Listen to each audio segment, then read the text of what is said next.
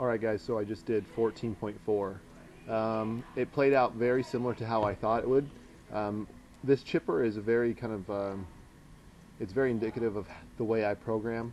Not necessarily chippers in that sense, but just these type of movements. A lot of like crossfitish type movements. So I was really excited for this workout. I feel like this workout it's really all about pacing, just like everything else. But it's 14 minutes, so it's even more about pacing than what you think. Um, the rowing, you're pretty much not going to. That's Blair Morrison texting me, telling me that we're good to do 14.4 a second time at his place or my place, whatever.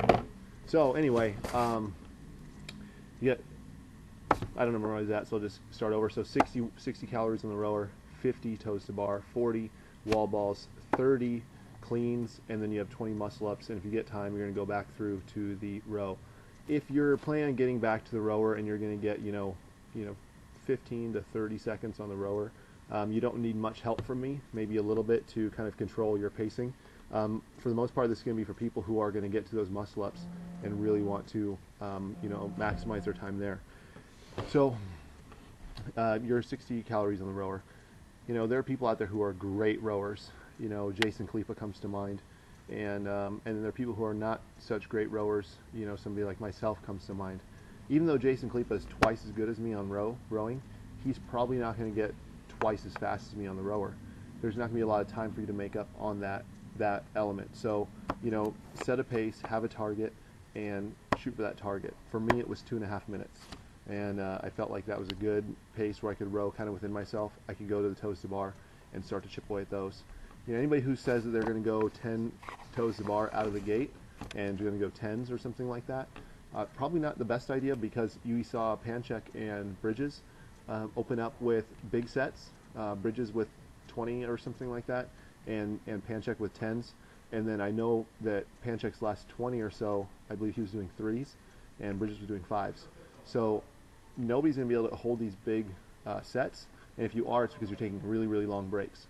Might not be the best plan. So starting with something smaller, maybe starting off with something like 2s, 3s, and then once you get your pacing and you kind of know what you're going for, you're going to go ahead and, maybe you're 30 reps in and you've been doing 3s the entire time.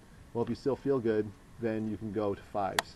And then you only have 4 more sets because you have 5 sets, or 4 more sets of 5, and then you finish up those toes to bar. Rather than starting with the 5s, figuring out that, oh my goodness, I got in over my head, and then having to do singles, you're going to be in trouble, especially when you have to transition from that movement into another movement, like wall balls. When you go to the wall balls, this really here is going to be your opportunity to kind of recover grip-wise, and I don't think it's another area where you can really make up a whole lot of time. Going 40 unbroken would be ridiculous. Breaking it up into 3s to 4s, also ridiculous. I think some sort of moderate rep scheme, thinking 5 sets of 8 is really, really good. It doesn't put you into the red zone and allows you a little bit more time on that element to recover, so that way when you go to the barbell, you can cycle that a little quicker.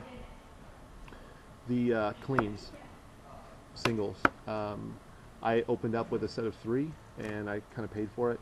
But some people out there are really good at staying on the barbell and cycling those things, and so maybe that's you and you can do something more. But again, if you go singles and then at 18 reps you feel like you can go back to 3s, that's going to be good for you. So why open up with 3s and then drop to singles that are just horribly painful? Why not start with something to recover a little bit, and then with that extra time, or with just those few reps left in the end, then you can start stringing them together and cycling those through. At this point, you have your tie break and you get to move into muscle ups. So if you're planning on getting through your 20 muscle ups, you don't really need to worry about this tie break so much. But Panchek and Bridges took about 3.5 minutes to get through their muscle ups. This is a pretty long time. So if you're not going to get there in 11 minutes or less, you're probably not going to get through those muscle ups as easy as you think. But kind of see how that plays out for you, and you should really know, again, on those muscle ups, singles are something that, for somebody like myself, I hate doing singles on muscle ups. I absolutely loathe singles on muscle ups, and I found myself doing singles. So there you have it. I mean, you've got to chip away at those. You have to make sure that you move a little quicker. I moved a little bit faster than Bridges and Panchek through those muscle-ups, but my overall elapsed time was still shorter. I mean, was still longer, excuse me. So this is more like a video on pacing and kind of what you can expect as you move through this workout. As far as tips go, you know, if you don't have muscle-ups or you're hoping to get maybe like a lucky 1, 2, 3, maybe 5 or under, this really is not a time priority workout for you. It's not a 14-minute AMRAP. It's a task priority workout where you need to look at this workout as 60 calories, 50 toes to bar, 40 wall balls, 30 cleans, and get a good tie break time. Like, you want to do that workout for time, not build in additional rest periods so you can get a muscle up. You want to see this as a task priority workout so you can get the best possible split time. Almost forget the muscle ups and just see what it would take for you to get the best, most fastest time as you can. And for some of you guys, it's going to be the toes to bar. For some of you guys, it's going to be the cleans. But you just got to make sure that you see this workout like you should as an athlete. Not necessarily the same way that Bridges did it, not necessarily the same way that I would do it, but you need to see this workout as something that you can accomplish. Erase the 20 muscle-ups off the whiteboard if they're making you mental. Erase them if you feel like they're irrelevant to you because maybe toes to bar are so difficult for you that you're not even thinking about even finishing the workout in general. Like, you need to figure out what it is that's going to get you through this workout. Using a competition bar, i.e. a women's barbell, is smart.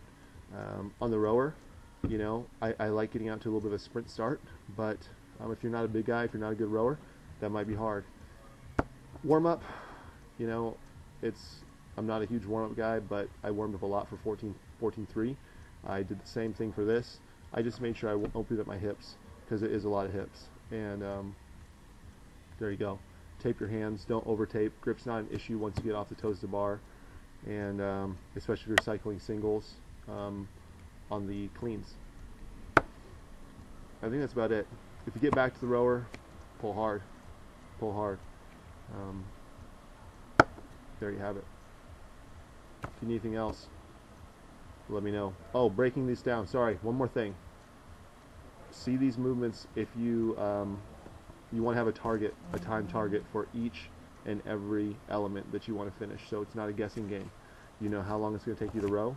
You know how long it's going to take you to your toes to bar. You know how long it's going to take you to your wall balls. And you know how long it's going to take you to your cleans. Okay?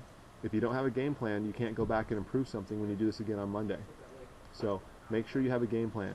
Just going into it and feeling it out, you can feel it out with a game plan. So make sure you're feeling it out and you have a game plan so you know what to adjust the next time around. Okay?